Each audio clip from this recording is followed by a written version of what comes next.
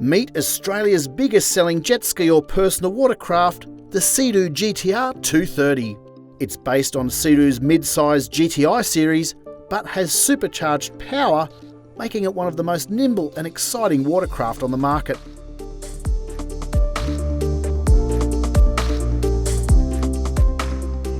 Sea-Doo's cheapest performance model has had its first major overhaul in almost a decade.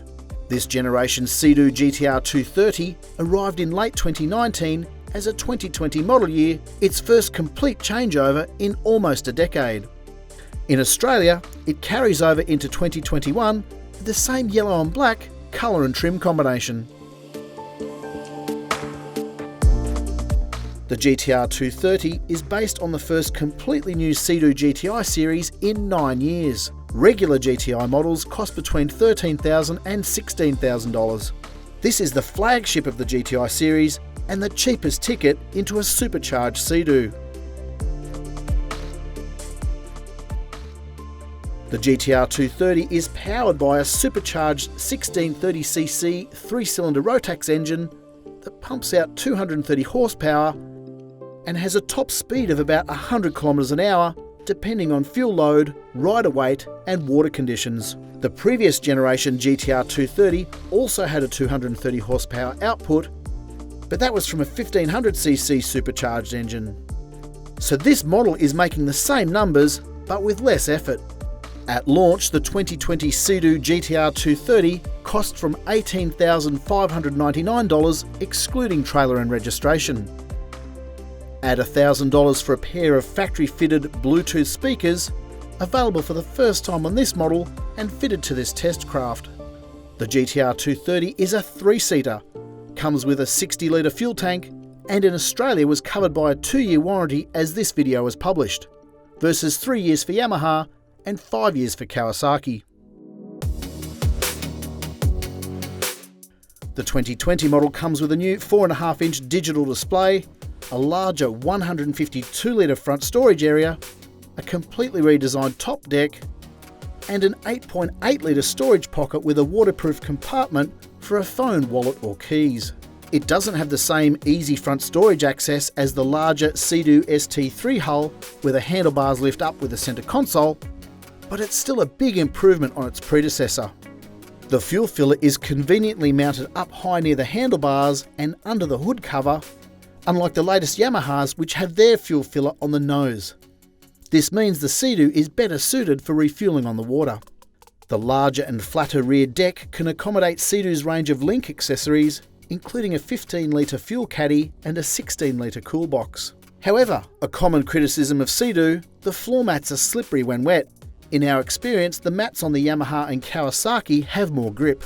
The GTR 230 hull has switched from fiberglass to Polytech, Sea-Doo's buzzword for heavy-duty plastic. Sea-Doo says it's been strengthened in high-impact areas. Either way, we reckon it's best not to beach any ski and instead use an anchor. Downsides? The fuel tank is 60 litres rather than 70 or 78 on some rivals. Access to the engine bay is limited, even for routine maintenance. And be sure not to run the engine for longer than 2 minutes when flushing it out of the water to prevent damage to the carbon seal. See our website review for more information. The overall shape of the GTR 230 has subtle changes from its predecessor. The sponsons have been redesigned for better cornering grip, and there is now an extra rib along each side of the hull near the top edges for better stability. The single biggest difference with the new model: epic agility. The GTR 230 is almost as nimble as a Sea-Doo Spark, able to turn on its own axis with ease. As good as the improvements are, however, the GTR 230 is better suited to flat water or medium chop rather than ocean riding or big swell. It's not quite as quick from a standing start as the flagship Sea-Doo RX TX300 or of course the new RX PX300, but it's not far off. The 230 horsepower supercharged engine might be a touch down on power versus the 300 horsepower of the larger supercharged Sea-Doos. They're line ball in the power to weight race. Unlike most Yamahas, there's ample knee room on the top deck in front of the seats. As with Yamaha, Sea-Doo has the convenience of a reverse trigger on the left of the handlebar. However, the Sea-Doo can brake in about half the distance of most rivals thanks to its bucket design and fast activation. For those who want to share the craft with family and friends, there's the option of eco, slow or sport modes.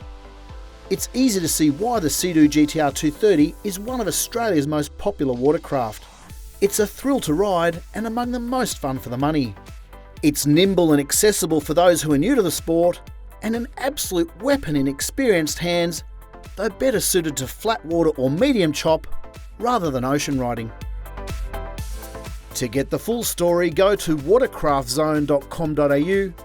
Be sure to hit like and subscribe so you don't miss any future videos, and you can also find us on Facebook and Instagram.